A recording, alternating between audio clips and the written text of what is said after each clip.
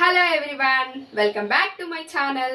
Summer వచ్చేసింది కదండి. Summer special recipes మీతో షేర్ చేసుకోబోతున్నాను. ఈ రోజు అయితే వడియాలు పట్టి చూపించబోతున్నాను.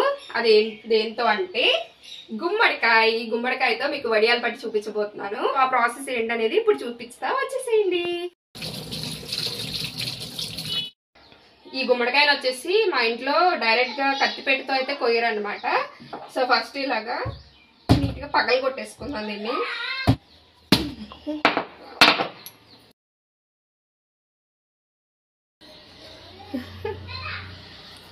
ఇలా పగలు కొట్టేసుకుని వీటిని చిన్న చిన్న ముక్కలుగా అయితే కట్ చేసేసుకుంటున్నాను. గింజలు అయితే మొత్తం తీసేయట్లేదు, గింజలు కూడా లైట్గా యాడ్ చేసుకుంటున్నాను. నేను కంప్లీట్గా అయితే గింజలు అయితే అవాయిడ్ చేయట్లేదు. గింజలు కూడా ఇవి మంచిగా ఎండిన తర్వాత ఫ్రై చేసుకుంటే కరకరలాడుతూ చాలా బాగుంటాయి అన్నమాట తినడానికి. సో ఇక్కడ ఇలా ముక్కల కింద కట్ చేసేసుకుని ఇందులో వచ్చేసి నేను ఉప్పు యాడ్ చేసుకుంటున్నాను. ఉప్పు ఇంకా పసుపు యాడ్ చేసుకుని మంచిగా ఒకసారి కలిపేసుకుని ఈ ముక్కలన్నిటిని ఒక మంచిగా పొడి క్లాత్ ఒకటి తీసుకుని అందులోకి ట్రాన్స్ఫర్ చేసేసుకుని మూట కట్టేసుకోవాలన్నమాట. గట్టిగా ఇలా మూట కట్టుకున్న దానిపైన ఏదన్నా బరువు పెట్టుకోవాలి. మంచిగా దీని మీద పెట్టుకుని ఇలా బరువు పెట్టుకోవడం వల్ల అందులో ఉన్న వాటర్ అంతా బయటికి స్క్వీజ్ అవుట్ అయిపోతుంది అనమాట. ఇక్కడ చూడండి, వాటర్ చూసారు ఎలా కారిపోతున్నాయో. నెక్స్ట్ వచ్చేసి నేను ఇక్కడ ప్యారల్గా పప్పు అయితే నానేసేసుకుంటున్నాను. ముందు రోజు నైటే పప్పు కూడా నానబెట్టేసుకుంటున్నాను. ఇక్కడ నేను పొట్టు మినపప్పు అనేది వాడుతున్నాను అనమాట. ఇలా మంచిగా వాష్ చేసేసుకుని నానబెట్టేసుకున్నాను. నెక్స్ట్ డే మార్నింగ్ మంచిగా కడిగేసుకున్నాను. నేను అక్కడ పొట్టు అంతా కడిగేయలేదనమాట, కొంచెం పొట్టు అయితే ఉంచాను. ఇలా పొట్టు ఉంచడం వల్ల మనకి వడియాలు అనేది గుల్లగా వస్తాయి అన్నమాట. నేనైతే తెల్లగా కడిగేసుకోలేదు, కొంచెం పొట్టు అయితే ఉందన్నమాట ఇక్కడ చూపిస్తున్నట్టు. ఇందులోనే కొంచెం పచ్చిమిర్చి కూడా ఒక 5-6 యాడ్ చేసుకుంటున్నాను. నెక్స్ట్ వచ్చేసి ఉప్పు యాడ్ చేసుకుంటున్నాను. ఆల్రెడీ ముక్కల్లో వేసాం కదా, పిండిలో కూడా వేసుకుంటున్నాను. చూసుకుని వేసుకోవాలి, ఎక్కువైపోతుంది. సో ఈ పిండికి సరిపడా ఉప్పు అయితే యాడ్ చేసుకున్నాను. యాడ్ చేసుకుని మంచిగా మెత్తగా మిక్సీ అయితే పట్టేసుకుంటున్నాను. ఇక చూడండి, మెత్తగా నలిగిపోయింది కదా. ఈ పిండి అంతా ముక్కల్లో వేసి కలిపేసేసుకుందాం. నిన్న ముక్కలు కట్ చేసి మంచిగా మూట కట్టి పెట్టాం కదా, వాటర్ అంతా డ్రైన్ అయిపోయి చూడండి ఇలా పొడి పొడిలాడుతా ఎంత బాగా వచ్చినాయో. ఇప్పుడు ఇందులో మనం నిన్న మినపప్పు కూడా నానబెట్టుకున్నాం కదా, సో దాన్ని మెత్తగా మిక్సీ పట్టేసుకున్నాం కదా, అది ఇందులో యాడ్ చేసేసుకుని మంచిగా కలిపేసుకోవాలన్నమాట. ఇక్కడ ఒక కాయకి 1 గ్లాస్ మినపప్పు నానబెట్టుకున్నాను కదండి, పొట్టుతో సహా నేనైతే గ్రైండ్ చేసేసుకున్నాను.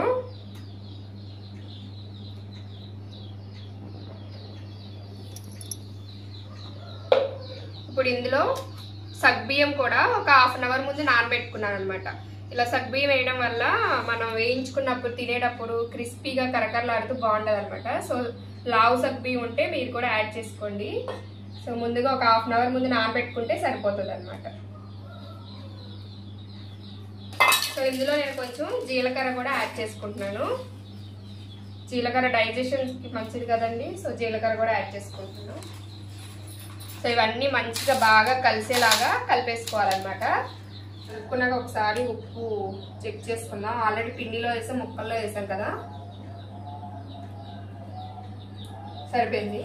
గోడియాలు పెట్టేసుకుందాం, వచ్చేయండి కదా. ఇలా కలిపేసుకున్న పిండిని కొంచెం పెద్ద సైజులో పెట్టుకోవాలి.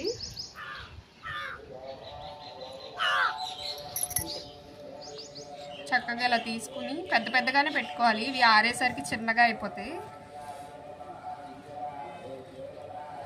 చూసారు కదా, చక్కగా ఇలా వడియాలే పట్టేసుకోవాలి. ఇవి ఆరే వరకు బయట ఎండలోనే ఉంచాలన్నమాట. ఒక 2 డేస్లో చక్కగా ఆరిపోతాయి. ఎండలు బాగా వస్తాయి కదా, ఇప్పుడు చక్కగా ఆరిపోతాయి. ఆరిన తర్వాత ఎలా ఉన్నాయి అనేది మీకు చూపిస్తాను.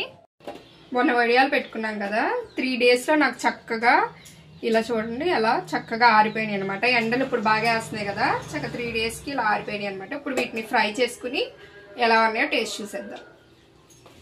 ఆయిల్ పెట్టుకున్నాను ఆల్రెడీ, వీటిని ఇప్పుడు ఫ్రై చేసేసుకుందాం. ఆయిల్ అయితే హీట్ అయిపోయింది. చూడండి, మన సగ్బియ్యం కూడా వేసాం కదా, అవి కూడా చక్కగా ఫ్రై అయ్యి ఎలా కనిపిస్తున్నాయి చూడండి. తినేటప్పుడు కూడా టేస్ట్ కరకరలాడితే చాలా బాగుంటాయి. చూడండి చక్కగా ఫ్రై అయిపోయినాయి. ఇప్పుడైతే వీటిని టేస్ట్ చూస్తాను.